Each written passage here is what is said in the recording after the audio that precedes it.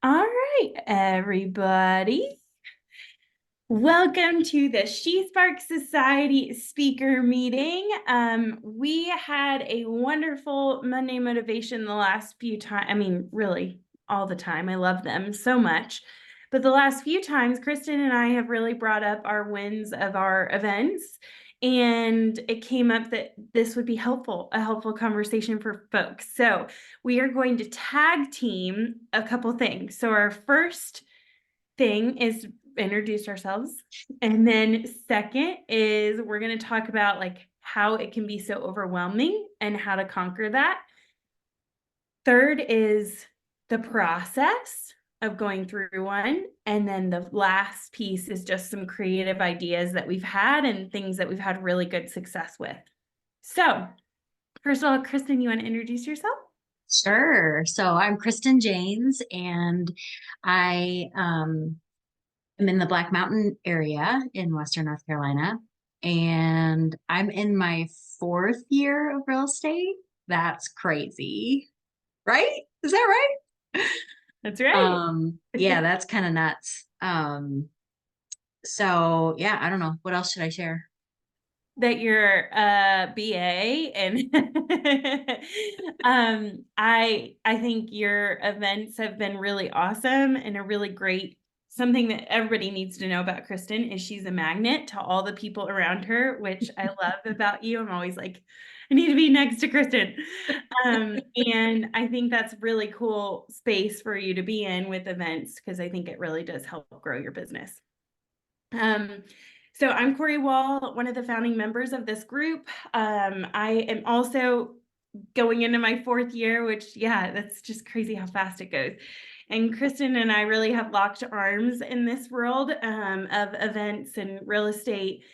And I'll say, Kristen and I were talking, and we were talking about how we, over time, have each gotten a lead a month from doing these events, which is really awesome. So really, really cool, and cannot wait to share. So, Kristen, talk a little bit about like how you felt when I think Jason said to you, host an event. Like talk about your feelings through all that.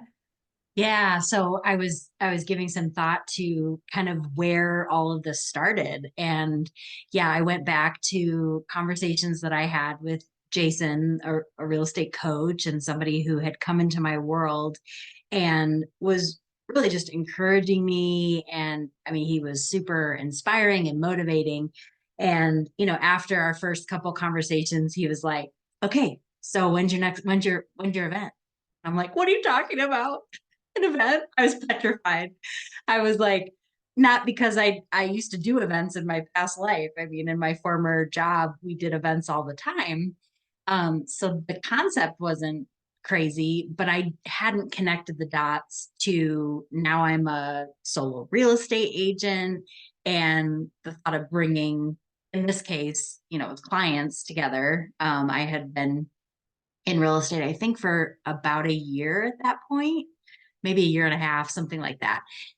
But really with his urging, and he made it so simple. He was like, don't overcomplicate it. He was like, who do you know in town who owns a venue? And I was like, well, my buddy Lincoln owns this great space in town. He was like, okay, so this week I want you to go and I want you to talk to Lincoln about doing an event there.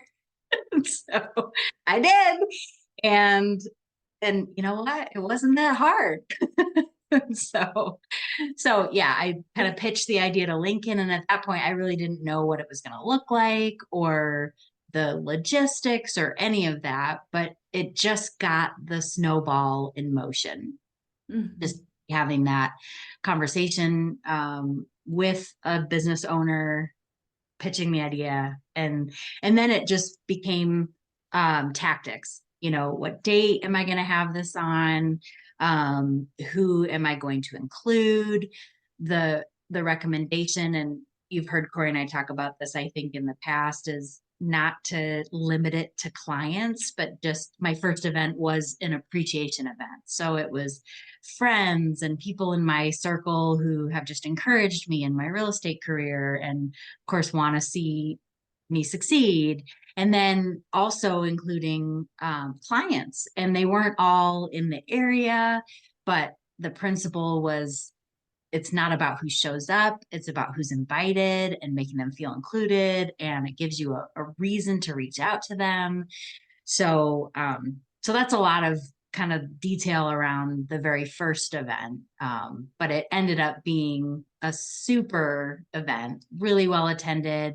I was able to connect with a couple of my vendor partners, so some loan officers who pitched in some swag bags so I could do some giveaways. And I mean, the whole thing just exceeded any expectations that I had. So That's so awesome. So something I hear from what you just said is really just one thing at a time.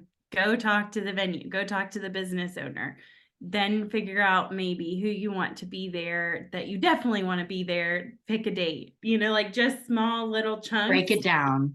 Yeah. Yes. Yep. And if you guys ever need help, like Kristen and I are definitely here to like help you make it one, compartmentalize it basically. How did you get your start, Corey? What prompted you to want to do events? What was the first event you did? Yeah, so it's funny, COVID happened, and this is pre losing my job and getting into real estate. And when COVID happened, I was like, man, like this is my community. Like I don't know anybody. And people are walking. So it started out like I was 6 feet away and we'd walk down the street. Wow, what weird times to like think back on. And then it became like, oh, I want to exercise with people and we can do that at a distance. And then it became uh let's host an event and we'll eat outside together, because it's beautiful and we can eat outside and we can be safe about distance. So it was very natural for me to do in just my neighborhood. And then I realized with Jason's push as well that like this can be intentional and in my business. And all of a sudden I was like, oh, like this doesn't feel good. This feels like salesy all of a sudden. But you guys have to realize that it's not salesy. You're just building a relationship. People do business with who like, and trust. And so the only way to really do that is to be near them and let them get to know your genuine spirit and just be around and be there. And it's not like we're talking about real estate during it. I have had neighbors say like, why do you do this? And my big why is because I love community and I want to know my neighbors enough to be like, oh my gosh, you have COVID. Can I drop off some soup? Or, oh my goodness, you have, family going through cancer. Like, I would really love to help you in whatever way that is. And I just think that that's really powerful.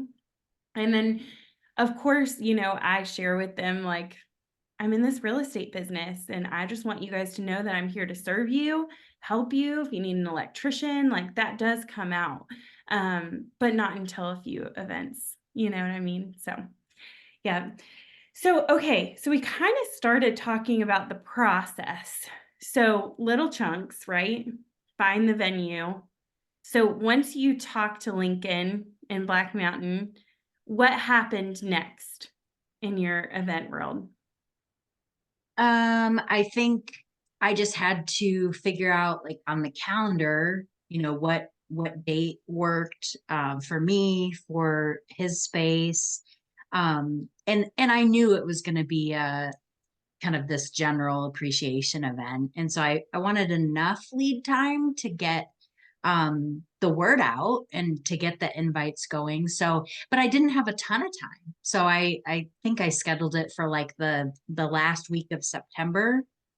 And it was probably like maybe 4 weeks in advance that I was planning it. So it kind of gave me that runway to, put a little invite together. And I still to this day, I don't do any physical mailings. I should change that. I do one physical mailing for my neighbors for a holiday event. That's the only thing I do. I kind of make it special.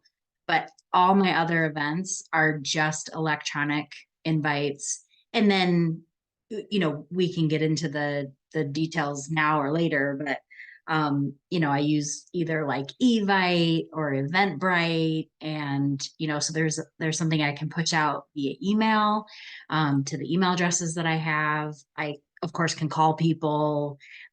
We both use the Reach app, which is a game changer. It allows you to kind of group text, but each person receives the text as an individual, so they're not part of any group text that they hate and want to get out of. And so that's been amazing. So thinking through just different channels for pushing those invites out. And then at the particular venue that I did my event at, there wasn't any food, so it was just drinks. And so I wanted to provide like some charcuterie stuff, some snacks for the kids. So I ended up doing like some crock pot meatballs, which were amazing. And so I had like 2 crock pots of meatballs, and I had like a cheese platter, and I had some crackers, and I had some sweet things. But it sounds like a lot, but it really wasn't. Like it was very manageable. And I had some sweet friends who like came to my house to help me like load everything up and get it to the venue, which was such a game changer because it that would have stressed me out. Just how am I going to get stuff from A to B, in one trip? And so that was awesome. And then, because I enjoy events and event kind of collateral, I'd put together little signs, and I had like an activity for the kids to do. So, I mean, those are just kind of the layers that you can add into your events, but you don't have to either. You can keep it really, really simple. That's so good. And something I know you and I both have done is get buy-in from people that you definitely want to be there. I kind of mentioned that earlier, but like an example, I have just did a chili cook-off, and I had, oops, sorry. I just did a chili cook-off, and I had a couple neighbors that said they wanted to submit chili to the next event. So I specifically reached out to them one-on-one to say, does Saturday or Sunday work for them?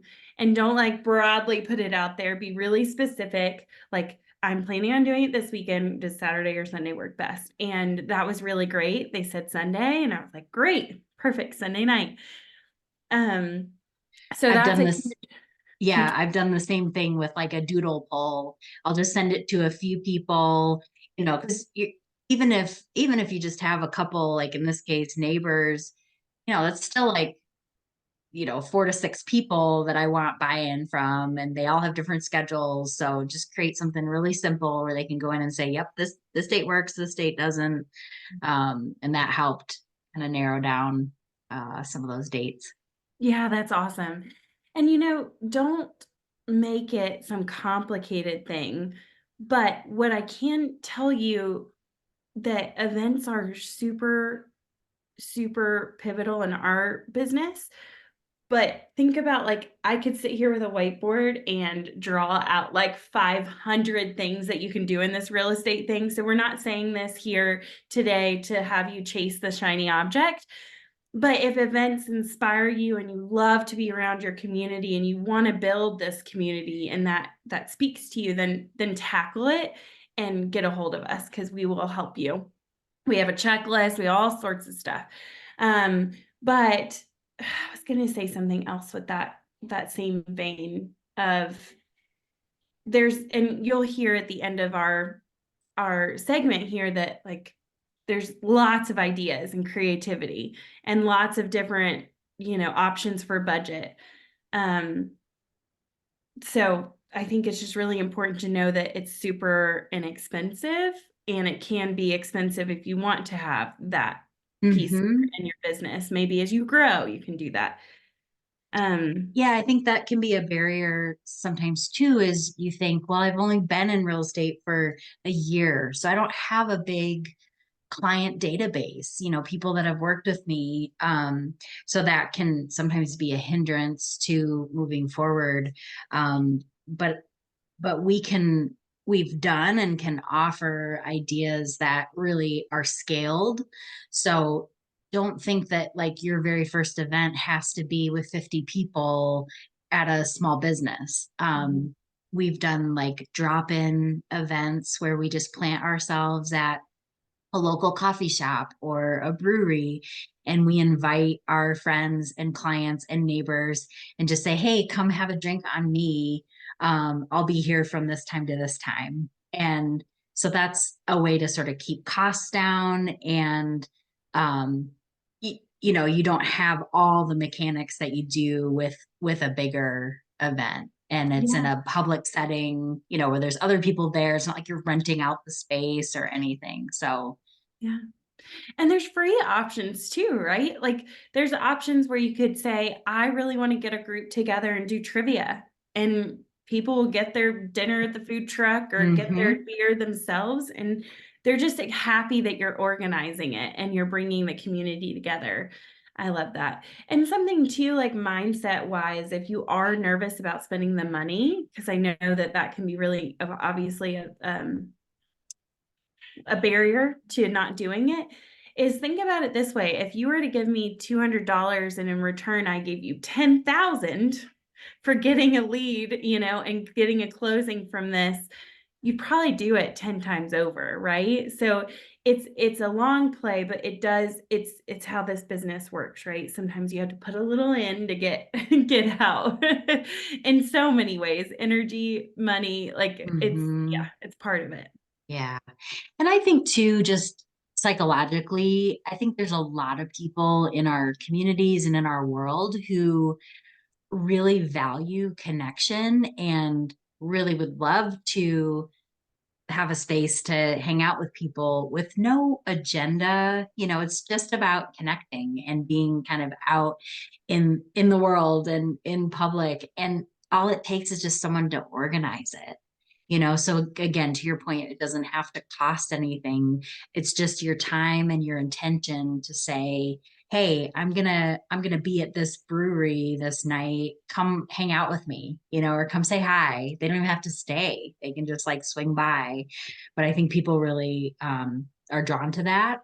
So Yeah, I think our world right now is just really struggling with connection. I think COVID changed that. I think there's just so much in this world. So you can be part of that. Like you can be part of creating connection.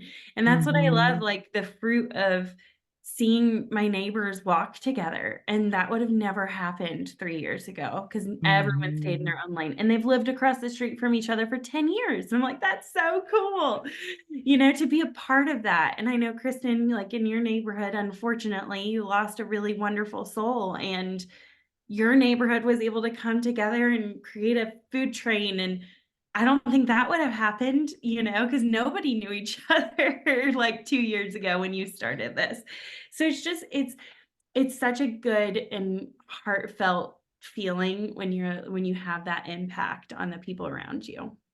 And I've shared this story before, but it just always makes me giggle. But it's another like I think barrier that we put in our own heads is, you know, maybe you've lived in your house for 6 years or 10 years or, you know, whatever. And you think like, well, this is gonna be weird if I all of a sudden just start, you know, organizing events for the neighborhood. And I've lived here for all that time. And I was in the same boat. I'd lived in my house for like 4+ years. And I had sort of had it in my head, like I wanted to do something with my neighbors, even before I was in real estate.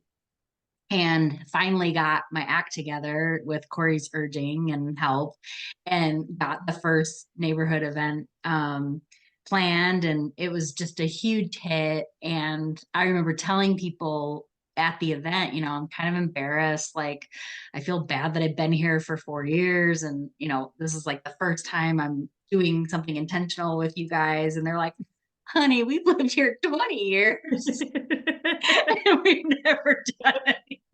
I was like, okay, I don't feel bad anymore. That's awesome. That's gone.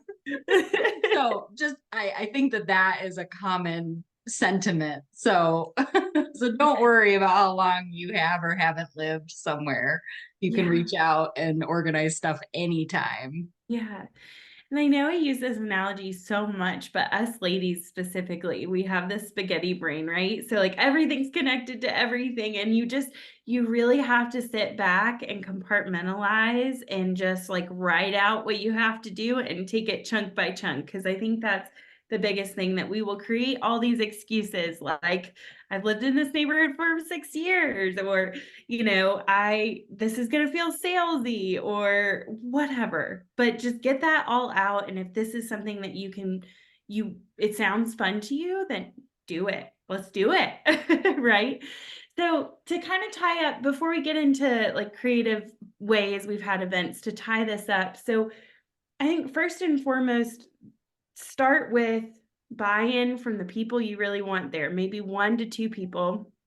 And then at least they'll show up and you'll have a date with them. So I think that's a really good place to start. Get a date, then find the venue, connect with that business owner. I think is a really awesome, sometimes missed opportunity.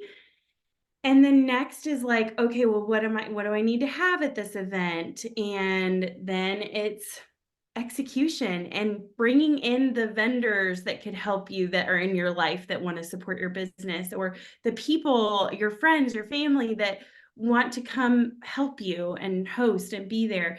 Kristen and I have been together at each other's events, and helped each other in certain ways. So whatever that means for you, just get the help, delegate certain things. I've delegated grocery shopping to like Walmart delivery so that they just deliver all the charcuterie stuff to my house. Like there's so many ways that you can get creative so that your time isn't spent overthinking, over analyzing everything. So I think just like step by step, take it easy, but date and a couple people that you definitely want to be there, I think are the 2 first things that'll start the snowball rolling, right? Anything to add? Yeah, I think great points, great advice.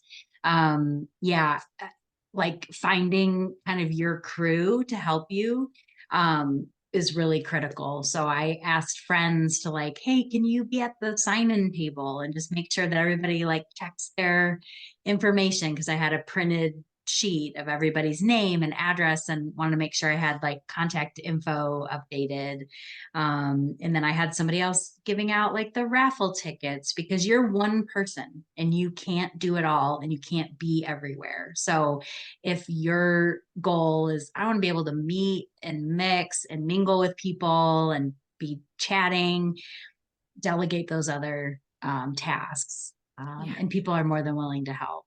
So, Yeah. and to your point, Corey, I know you said it earlier, but like if any of you kind of have this seed of like, oh, I would really like to try an event, like we're happy to consult with you, at no cost. Like just reach out and we can kind of dial through, and focus on your specific event and how it could be as successful as possible. Yeah, that's so good. Oh my goodness, you said something that sparked a quick thing. Well, I'll come back to it. It'll come. It'll come. Having people help. Yeah, like finding your crew. Mm-mm. Yep. Okay, we're moving on. Yep. Yep. So let's talk about some creative things we've done.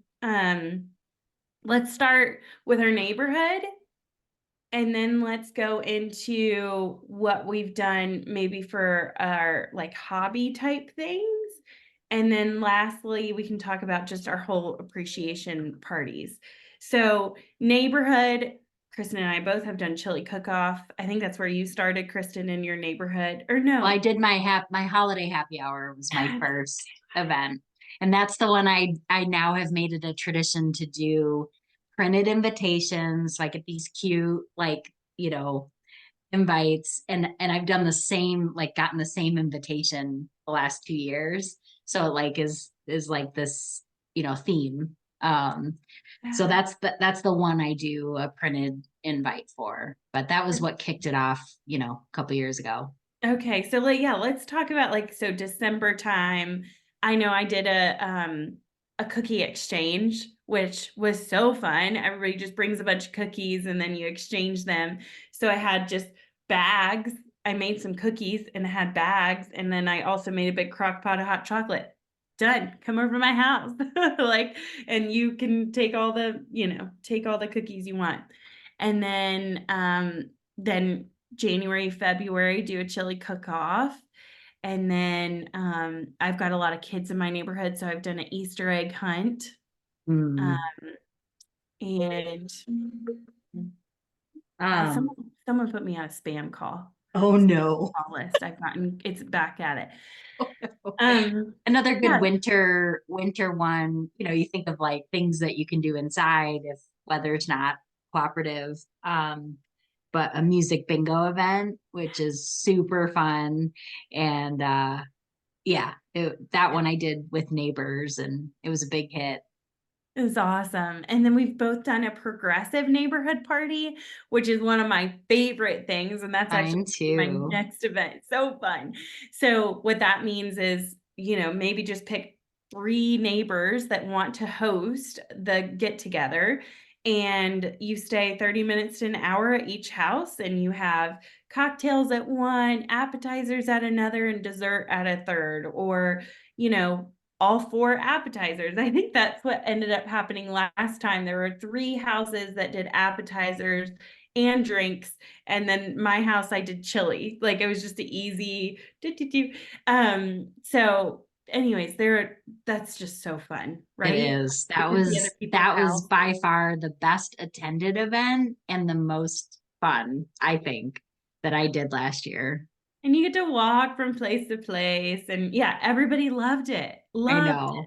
I know. I'm gonna definitely bring that one back. I did it in towards the end of April last year, and I think I'm gonna target that time again this year. Yeah.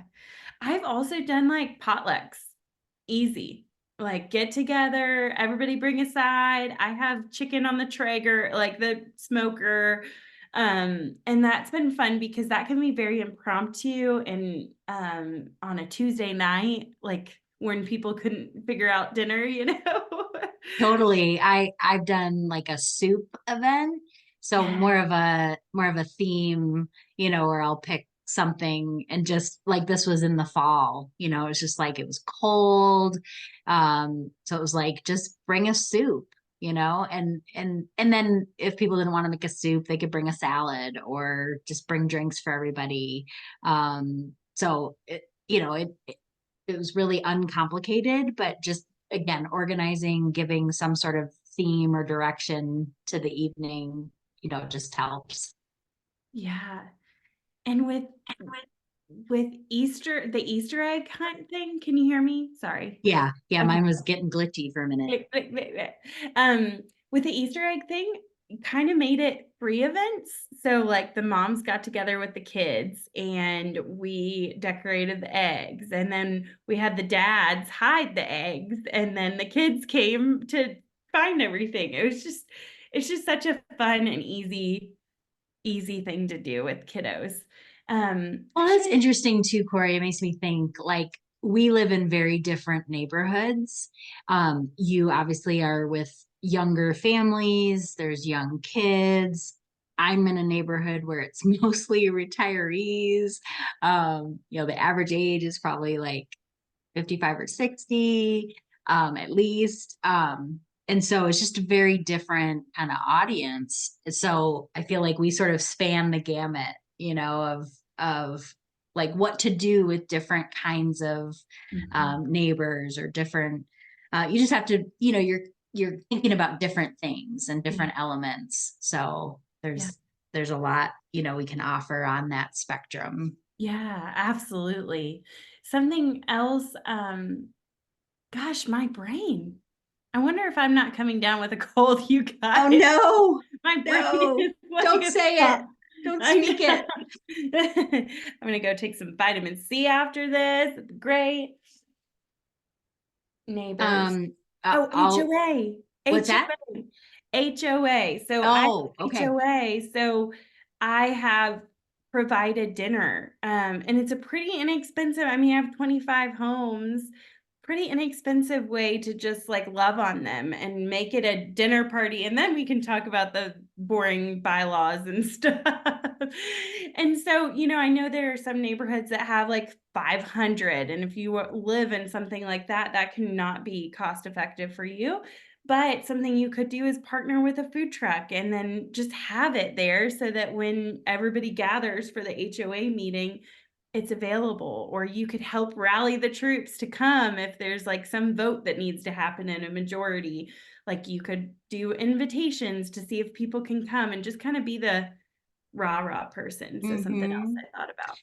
Yeah, I think too, every neighborhood looks a little different. And so mine doesn't have an HOA, but it also means that there's not like a clear cutoff in terms of like what do I consider the neighborhood. And so I remember that being like a first step with you, Corey, was just figuring out like, okay, how do I isolate just kind of a subsection of my neighborhood that felt um reasonable and manageable for including.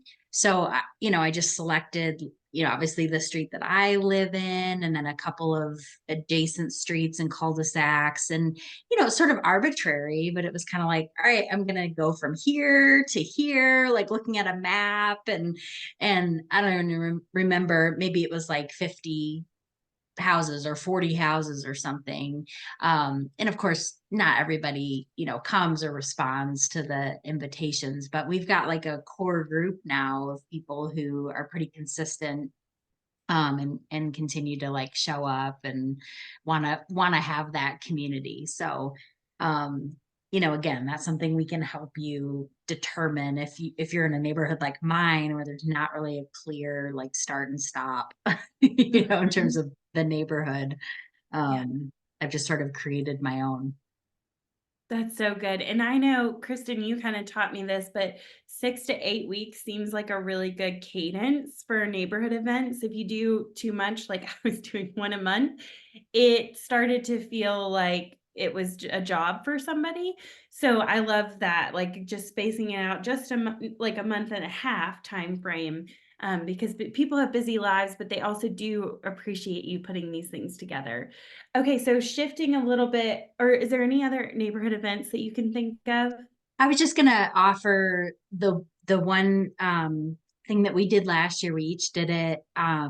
Was tying in some sort of community or philanthropic angle to the events. So we each did a school supply drive, and then I just combined it with Sundays, like ice cream Sundays. So I just put the pitch out to the neighbors and just said, hey, in this case, my church was doing a school supply event for the community where families could come in who couldn't afford, to go shopping for school supplies for their kids.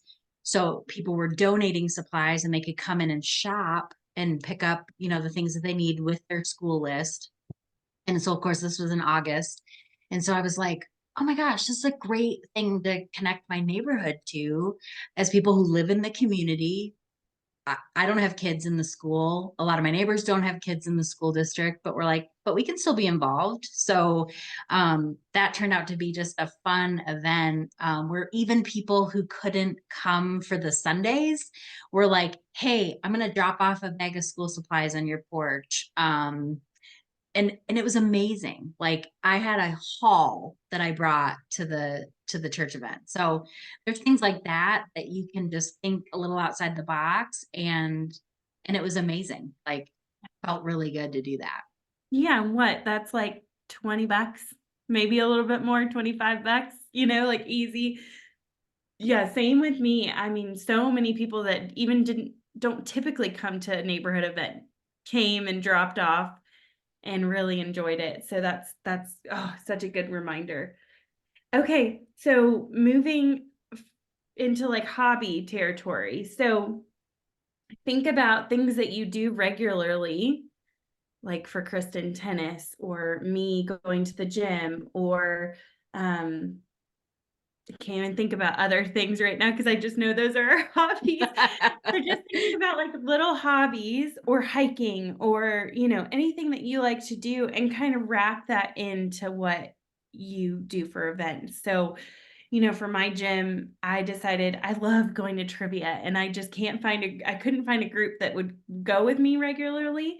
So we go every other Wednesday and we go to the same bar or brewery, and it's really awesome, and people will text me from the gym like, "Is it happening?" And I'll put it up on the whiteboard, so that people know it's coming, and they'll text me, and it's just so fun, and it's always we call ourselves the gym rats when we go. It's just such a fun little event, and we actually have won, like, the last few times, which means you get a gift card to spend there, so, like, I'm like, "Beers on you next or beers on me next time," which is really Yeah. nice for Yeah. free, again.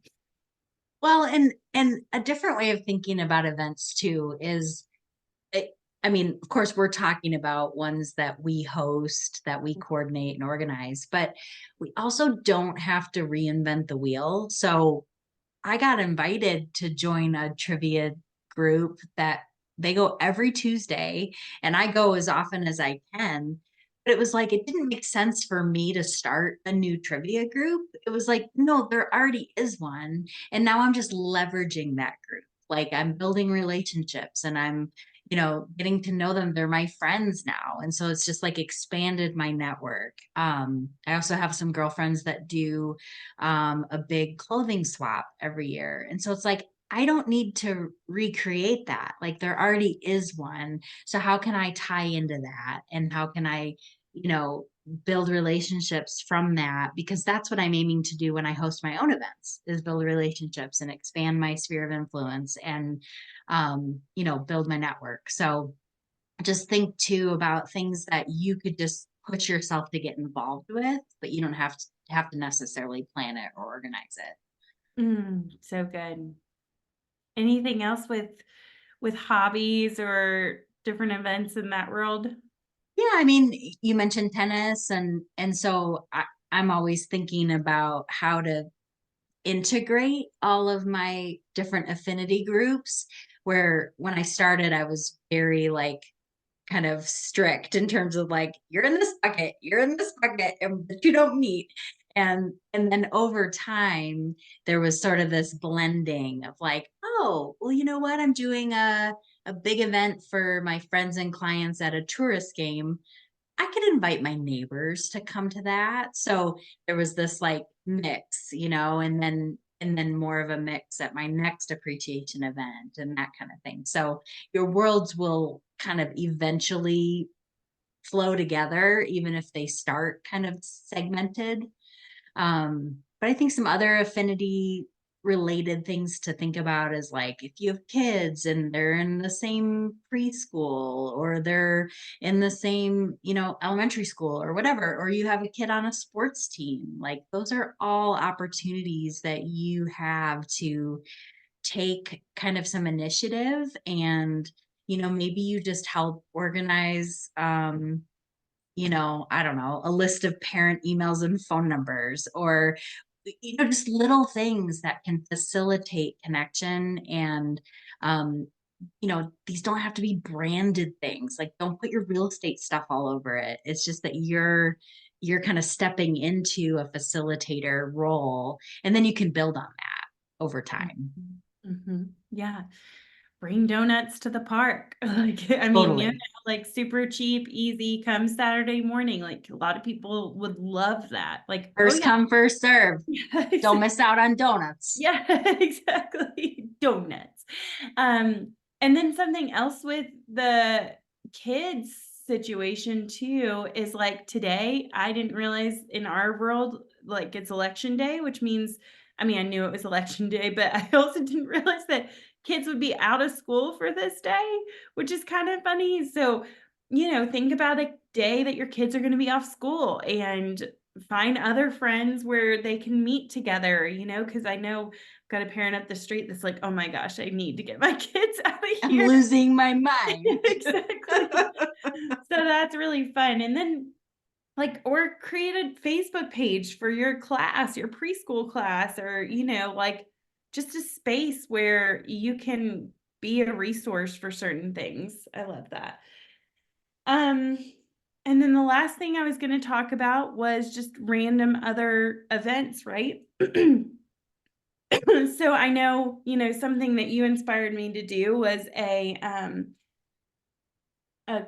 clay earrings making party. And I did it at Galentine's, so it was a bunch of ladies, and we just had the best time. I think I invited like 20 people, 13 came. It was like the perfect amount for my house.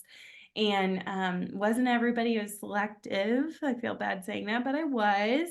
And and it was so fun because it was just a fun way to get creative. I showed a YouTube video like how you could do it quickly, and I had all these little cutters and you had to bake them. It was so fun. But you did it during the same time. Yeah, so my kind of Galentine's event was a jewelry swap. And again, like you guys, we don't necessarily make up these events. Like this one I riffed off the internet. Like I saw some realtor, I don't even know where she was from, but it was some random group I was on and they were talking about events and she was like, "Oh, I do this jewelry swap event every year and I get like 20 or 25 people that come and they love it and blah blah blah." And I was like, "Okay, I'm doing that."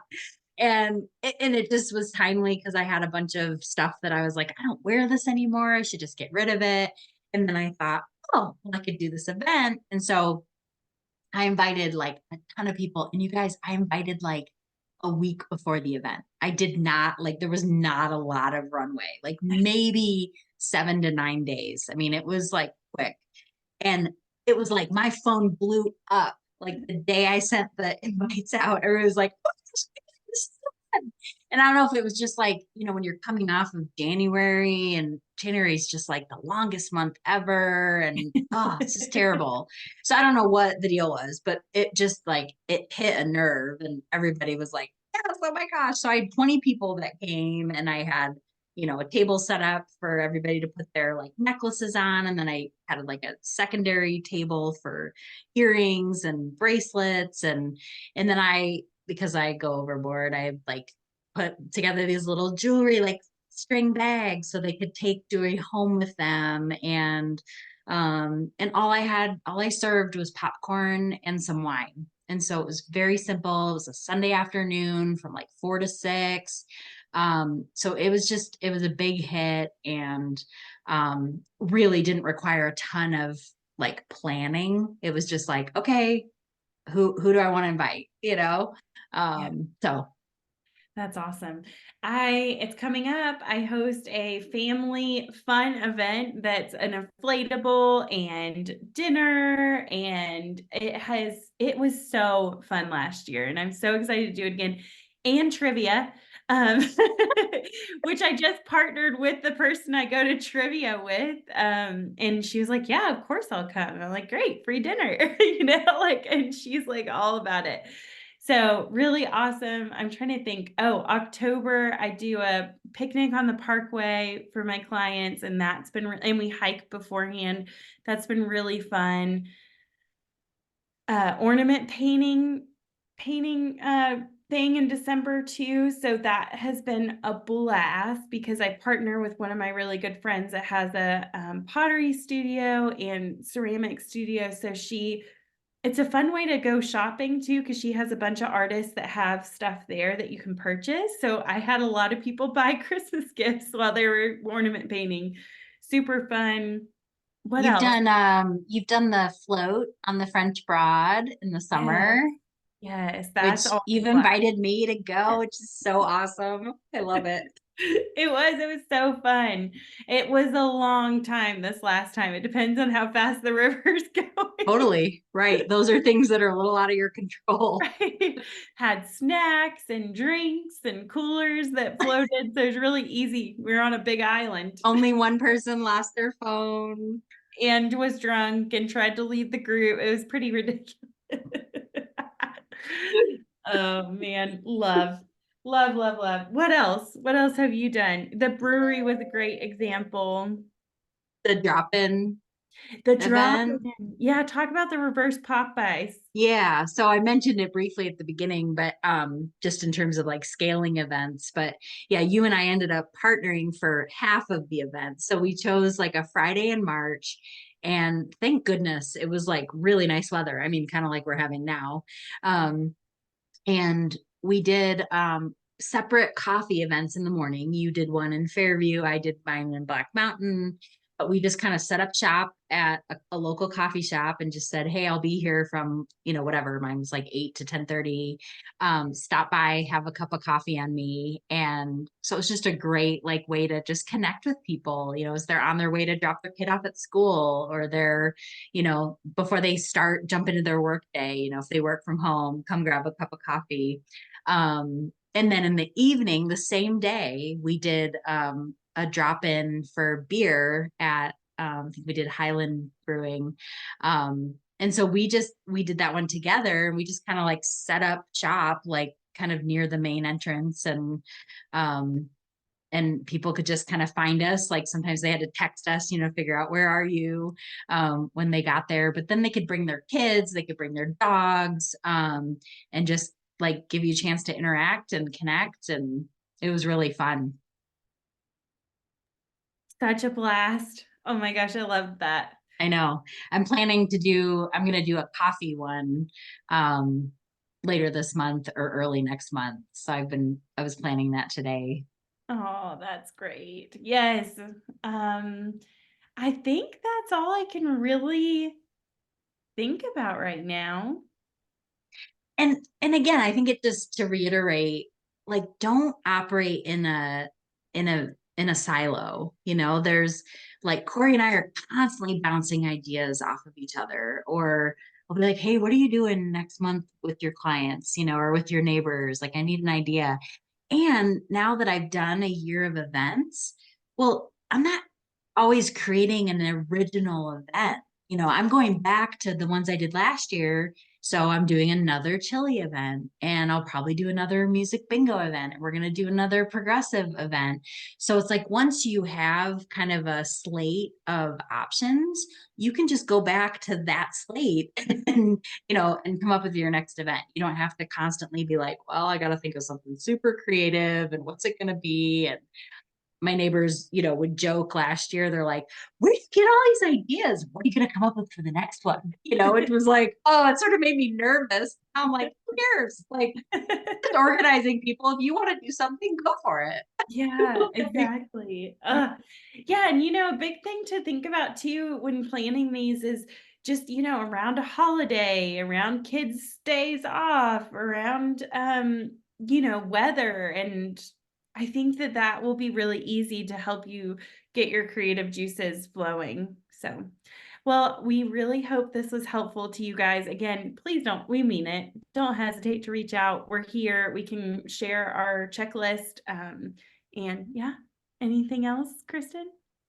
Yeah, I say just do it. If you have any inclination, if this is, to Corey's point, not everybody's an event person, and that's okay. If that's not your strategy, if that's not in your DNA, don't stress about it. Do the things that feel natural and like they're in your wheelhouse. But if you have any inclination toward, pulling people together, you like to be social and organize stuff, like just do it. You won't regret it. People will really enjoy it. And don't worry about how many people come. Like, that's not the point. Yeah, So yeah. And we're before real, here to cheer you on and support you. yeah, and before real estate, like I wish my realtor would have done this, to be honest. Like I would have eaten this up. So yeah, think about your avatar too. Anyways, thank you guys so much.